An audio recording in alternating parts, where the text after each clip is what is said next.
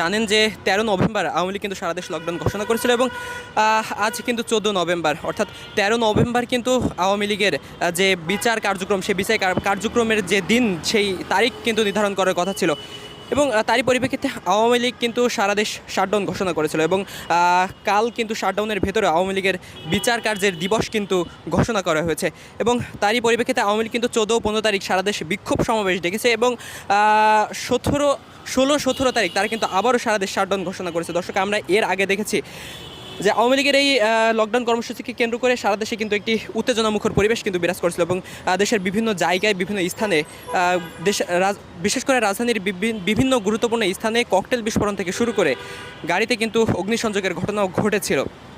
তার ধারাবাহিকতা আমরা দেখছি যে আইনশৃঙ্খলা বাহিনী কিন্তু তৎপর অবস্থায় রয়েছে।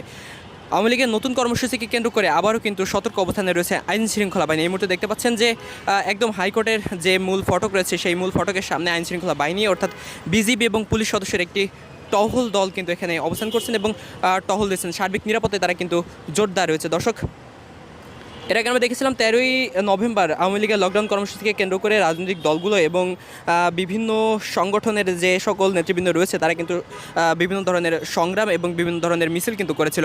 আমরা দেখেছিলাম গতকাল আওয়ামী লীগের কেন্দ্রীয় কার্যালয়ের সামনে শিবির থেকে শুরু করে জুলাই যোদ্ধারা এবং বিভিন্ন রাজনৈতিক সংগঠনের যে সকল নেতৃবৃন্দ রয়েছে, যে সকল কর্মীরা রয়েছে তারা কিন্তু অবস্থান করেছিল এবং আওয়ামী লীগের এই লকডাউন কর্মসূচি কিন্তু ব্যর্থ করেছিল। দর্শক, আবারও কিন্তু আওয়ামী লীগ তাদের নতুন কর্মসূচি ঘোষণা করেছে, অর্থাৎ ১৪-১৫ তারিখ তারা কিন্তু সারা দেশে বিক্ষোভ করবে।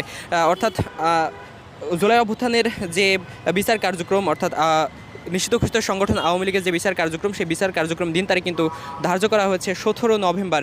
এই ১৭ নভেম্বরকে কেন্দ্র করে আওয়ামী লীগ নতুন কর্মসূচি দিয়েছে, সারা দেশের বিক্ষোভ কর্মসূচি করছে এবং সেই বিক্ষোভ কর্মসূচির পাশাপাশি তারা ১৬ এবং ১৭ নভেম্বর সারা দেশ আবারও শাটডাউন ঘোষণা করেছে।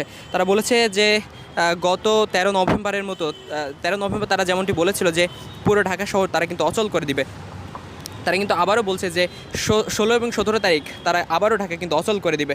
তারই ধারাবাহিকতায় দেখতে পাচ্ছেন রাজধানীর বিভিন্ন স্থানে আইনশৃঙ্খলা বাহিনী সতর্ক অবস্থায় রয়েছে। রাজধানীর বিভিন্ন মোড়ে মোড়ে এবং বিভিন্ন জায়গায় আইনশৃঙ্খলা বাহিনীর টহল দল কিন্তু টহল দিচ্ছে।